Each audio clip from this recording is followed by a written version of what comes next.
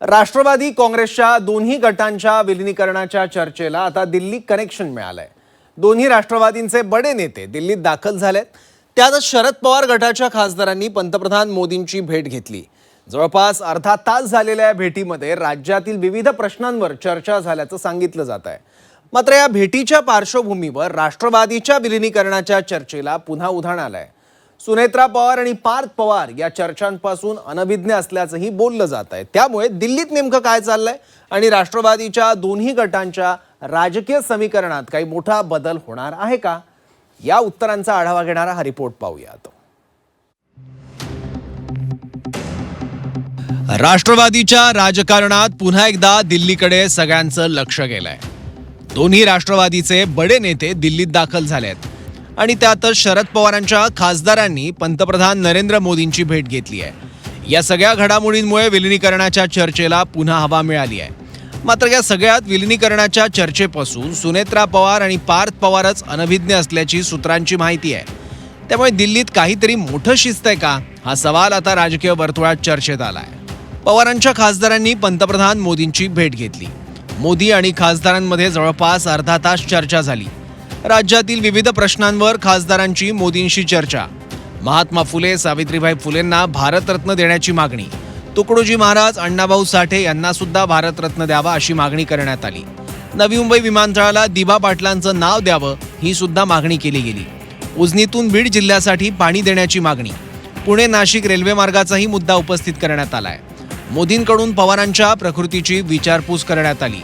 आता या भेटीत कुठलीही राजकीय चर्चा झाली नसल्याचं पवारांच्या खासदारांकडून सांगण्यात येत आहे। मात्र राजकारणात भेटींचे अर्थ वेगळे काढले जातात, विशेषतः दिल्लीतल्या भेटींचे। त्यातच राष्ट्रवादीच्या दोन्ही गटांचे नेते एकाच वेळी दिल्लीत, त्यामुळे विलीनीकरणाची चर्चा पुन्हा रंगली आहे। साधारणतः एक 20-25 मिनिट माननीय पंतप्रधानांबरोबर ही भेट झाली। सगळ्या खासदारांची आदरणीय आमच्या नेत्या सुप्रियाताई सुळे यांच्या नेतृत्वाखाली ही बैठक झाली आणि यामध्ये सगळ्याच खासदारांच्या मतदारसंघांमध्ये जे वेगवेगळे विषय आहेत, जे वेगवेगळे मुद्दे आहेत, या संदर्भात माननीय पंतप्रधानांना आम्ही अवगत केलं। म्हणजे कालच पुणे नाशिक सेमी हायस्पीड रेल्वेच्या बाबत महाराष्ट्रामध्ये एक मोठं आंदोलन करण्यात आलं। 3 जिल्ह्यांमधले हजारो लोक रस्त्यावर उतरले होते, या संदर्भामध्ये ही मागणी केली। त्यानंतर चाकण MIDC, रांजणगाव MIDC हा सगळा जो इंडस्ट्रीयल बेल्ट आहे, याची जी एक वाहतूक कोंडी सातत्याने होती, या संदर्भामध्ये PM गतिशक्ती टर्मिनल जे आहे याची मागणी आपल्या मतदारसंघामध्ये केली। देशाच्या प्रधानमंत्री माननीय मोदीजींची अर्धा तास भेट घेतली आणि त्यानंतर त्या भेटीमध्ये महात्मा ज्योतिराव फुले आणि क्रांतिज्योती सावित्रीबाई फुले दाम्पत्यांना भारतरत्न पुरस्कार द्यावा अशी विनंती करण्याकरता आम्ही गेलो होतो। हे जरी खासदारांनी म्हटलं असेल तरी नेमकं त्यातलं कारण काय हे अद्यापही गुलदस्त्यात आहे। दुसरं महत्त्वाचं, खासदार बजरंग सोनवणे यांनी जे सांगितलं का डिलिमिटेशनच्या बिलानंतर आम्ही जे काय आहे ते बोलू, याचा अर्थ आता संसदीय अधिवेशनाचा हा अंतिम आठवडा आहे आणि यामध्ये 2 महत्त्वाची बिलं येणार आहेत। त्यामधलं एक महत्त्वाचं बिल डिलिमिटेशनच्या संदर्भात आहे आणि त्यावेळेस वॉकआउट कोण करतं सभागृहाच्या बाहेर आणि सभागृहात प्रत्यक्ष मतदान कोण करतं, त्यानंतर सांगितलं ठरेल की आजची भेट नेमकी कशा करता होती। तोपर्यंत हा सस्पेन्स आहे आणि हा सस्पेन्स कायम राहणार। दरम्यान अमोल कोल्हेंनी भेटीचं कारण स्पष्ट केलं। राज्यातील प्रश्नांसाठी पंतप्रधानांची भेट घेतल्याचं त्यांचं म्हणणं आहे। मात्र महत्त्वाचा प्रश्न भेटीचा नाहीये, तर या भेटीची वेळ आणि दिल्लीतील इतर राजकीय हालचालींचा आहे। कारण राष्ट्रवादीच्या दोन्ही गटांच्या विलीनीकरणाची चर्चा आधीपासूनच सुरू आहे।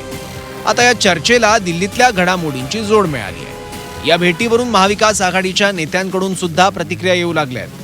काँग्रेस नेते विजय वडेट्टीवारांनी या भेटीगाठींबाबत संशय व्यक्त केलाय। डिलिमिटेशनसाठी काहीतरी प्लॅनिंग असावं असं वडेट्टीवार म्हणाले। ते विकासासाठी भेटत असतील तर आमच्या शुभेच्छा आहेत। आता डिलिमिटेशनवर त्यांची भूमिका काय आहे आज बोलणं उचित नाही, पण खूप दिवसापासून पवारसाहेब भेटले, त्यावर चर्चा झाली। मग तटकरे भेटले, त्यावर चर्चा झाली। पुन्हा सुप्रियाताई भेटले, त्यावर चर्चा झाली। पुन्हा जाऊन प्रफुल्ल पटेल भेटले, त्यावरही चर्चा झाली। तर हे वारंवार अमित शहा आणि नरेंद्र मोदींच्या दरबारात हे का जात आहेत, कशामुळे जात आहेत? पवारसाहेब ज्येष्ठ आहेत, ठीक आहे, पण इतर जे जात आहेत त्यांच्याकडे जाऊन नतमस्तक होताना आम्हाला दिसत आहे।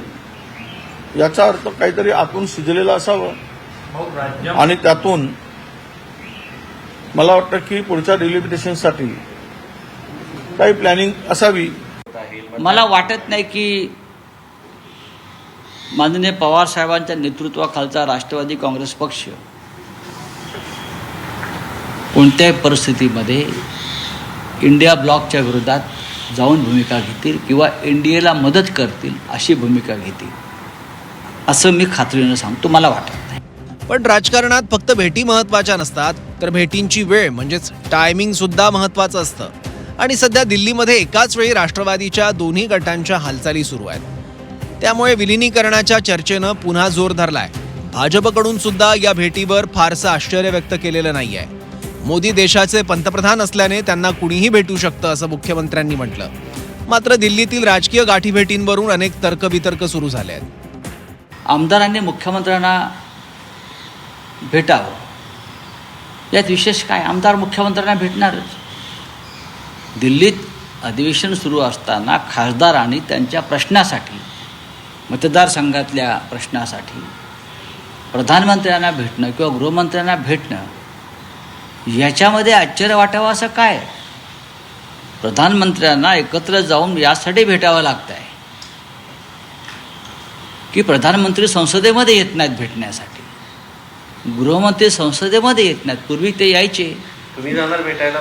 नाही, आम्ही तर कधीच जात नाही ना. ही आमची भूमिका आहे, ही आमच्या पक्षाची भूमिका आहे. आणि 10 खासदार किती त्यांचे 8 खासदार जे आहेत ते काय लपून छपून भेटत नाहीत ना. रिसर त्यांनी त्यांची वेळ घेतलेली आहे आणि त्यांच्याबरोबर सुप्रियाताई सुळे त्यांचं नेतृत्व करत आहेत. पंतप्रधान हे देशाचे असतात, ते कुठल्या पक्षाचे नसतात. त्यांना भेटायला जाणं यामध्ये काही अवघड असं मला वाटत नाही. मी देखील मुख्यमंत्री आहे. अनेक विरोधी पक्षाचे लोक मला भेटत असतात, त्यांची कामं सांगत असतात. त्यामुळे मला असं वाटतं की कुठल्याही वेगळ्या दृष्टीने याच्याकडे पाहण्याचं कारण नाही आहे. ते त्या ठिकाणी गेले आहेत, ही अतिशय किंवा जाणार असतील तर अतिशय चांगली गोष्ट आहे. दुसरीकडे राष्ट्रवादीच्या विलिनीकरणाच्या चर्चेपासून सुनेत्रा पवार आणि पार्थ पवार अनभिज्ञ असल्याचीही चर्चा आहे. सुनेत्रा आणि पार्थ पवार यांना वगळून तटकरे, पटेल आणि पवारांची राष्ट्रवादी यांच्या विलिनीकरणाच्या चर्चा सुरू आहेत का, असंही आता बोललं जात आहे. दिल्लीत भेटीगाठी वाढतायत, नेत्यांच्या हालचाली सुद्धा वाढल्या आहेत आणि त्याचवेळी राष्ट्रवादीच्या भवितव्याबाबत नवीन चर्चा सुरू झाली आहे. पडळकरांनी सुद्धा दिल्लीतल्या भेटीगाठींवर भाष्य केलंय. आता बोलणं योग्य नाही असं त्यांनी म्हटलं. त्यांच्या या एका वाक्यातून सुद्धा दिल्लीतील राजकीय हालचालींची चर्चा अधिक गडद होते आहे. नाही, आता ह्या विषयावर आता मी काय बोलणार, ते आता ज्यांनी प्रवास केलाय त्यांनीच या विषयाची माहिती देणं अपेक्षित आहे. कारण मी काय विमानात नव्हतो, मी विमानतळावर होतो. विमानतळावर काय घडलं ही मी बघितलेलं आहे. पण आता बोलणं काय मला योग्य वाटत नाही. दिल्लीत आताच भेटीगाठी सुरू आहेत आणि मी त्यावर बोलणं बरोबर नाही. राष्ट्रवादीचं विलिनीकरण हा फक्त राजकीय चर्चेचा विषय राहिला नाहीये. त्यामागे नवी राजकीय समीकरणं आहेत, सत्तेची गणितं आहेत आणि भविष्यातल्या निवडणुकांची बेरीज वजाबाकी सुद्धा आहे. त्यामुळे दिल्लीतील प्रत्येक भेटीकडे वेगळ्या नजरेनं पाहिलं जात आहे. राजकारणात काही प्रश्नांची उत्तरं घोषणांपूर्वीच चर्चेत येतात. सध्या राष्ट्रवादीच्या बाबतीत सुद्धा तसंच काहीसं चित्र दिसतंय.